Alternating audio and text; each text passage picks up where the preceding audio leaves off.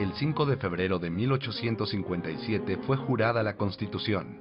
Los poderes se integraron habiendo sido electos Ignacio Comonfort como presidente de la República y Benito Juárez como presidente de la Suprema Corte de Justicia. La aprobación de la Constitución de 1857, a pesar de la moderación de sus disposiciones respecto de las relaciones con la Iglesia, provocó la condena del Papa Pío IX y de las autoridades eclesiásticas mexicanas, quienes incluso dispusieron que se negaran los sacramentos a quienes juraran la Constitución. En diciembre de 1857, el general Félix Zuluaga se pronuncia, mediante el Plan de Tacubaya, por desconocer la Constitución. El presidente Comonfort se adhirió al plan, aunque en enero de 1858 fue desconocido por Zuluaga. Benito Juárez, quien había sido electo presidente de la Suprema Corte y en tal calidad suplía las faltas del presidente, incluyendo la absoluta, hasta la celebración de nuevas elecciones, asumió la presidencia. El Partido Conservador designó presidente provisional a Zuluaga sin fundamento constitucional alguno. Así dio comienzo la Guerra de 3 años o Guerra de Reforma. Juárez trasladó el gobierno a donde las acciones militares lo obligaban y defendió la legitimidad constitucional derivada de un Congreso Constituyente frente a gobiernos militares espurios.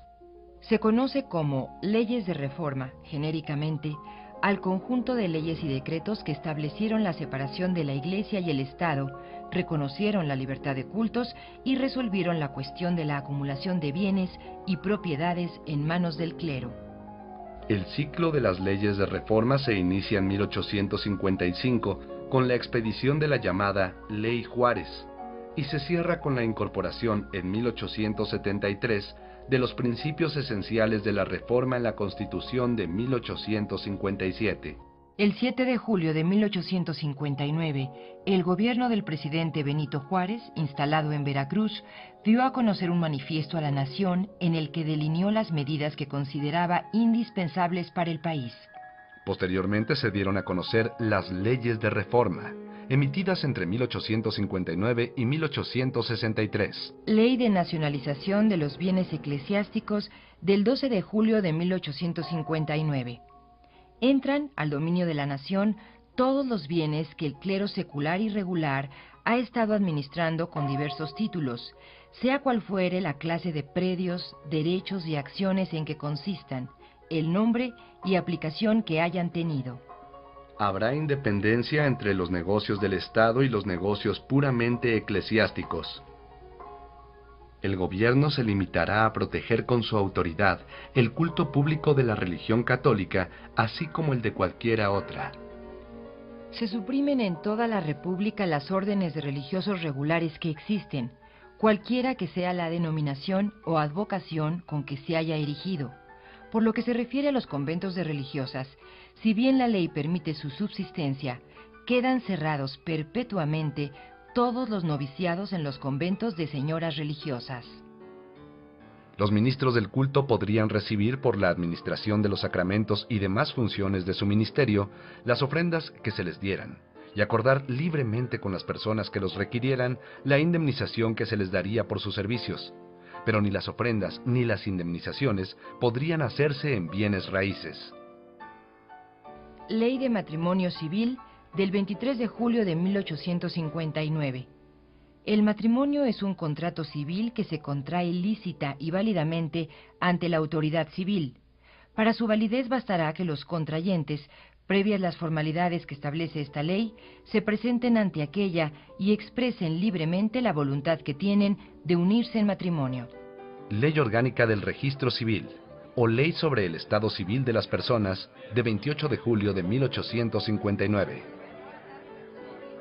Se establecen en toda la República funcionarios que se llamarán jueces del Estado Civil, y que tendrán a su cargo la averiguación y modo de hacer constar el estado civil de todos los mexicanos y extranjeros residentes en el territorio nacional, por cuanto concierne a su nacimiento, adopción, arrogación, reconocimiento, matrimonio y fallecimiento. Decreta el gobierno que cesa toda intervención del clero en los cementerios y camposantos, quedando los lugares respectivos bajo jurisdicción civil el 31 de julio de 1859. Ley sobre libertad de cultos, de 4 de diciembre de 1860. Establece que las leyes protegen el ejercicio del culto católico y de los demás que se establezcan en el país, como la expresión y efecto de la libertad religiosa, que siendo un derecho natural del hombre, no tiene ni puede tener más límites que el derecho de terceros y las exigencias del orden público. En todo lo demás, la independencia entre el Estado por una parte y las creencias y prácticas religiosas por la otra es y será perfecta e inviolable. Para la aplicación de estos principios se observará lo que por las leyes de la Reforma y por la presente se declara y determina. El 2 de febrero de 1861 se emitió el decreto del gobierno por el que quedan secularizados los hospitales y establecimientos de beneficencia. Y el 26 de febrero de 1863, el decreto del gobierno por el que se extinguen en toda la República las comunidades de religiosas. Las leyes de reforma constituyen una etapa fundamental en la construcción del Estado mexicano. Se separa la Iglesia del Estado y se reivindican atribuciones y facultades de éste que corresponden a su naturaleza de poder social. Se ponen en circulación los bienes de manos muertas y se impide su nueva acumulación. Se proscriben privilegios que riñen con la igualdad y jurisdicciones especiales que implicaban leyes y tribunales particulares para los miembros de corporaciones civiles o eclesiásticas. En todo momento se guardó respeto por la religión católica, pero se ordenó el mismo respeto para las demás religiones.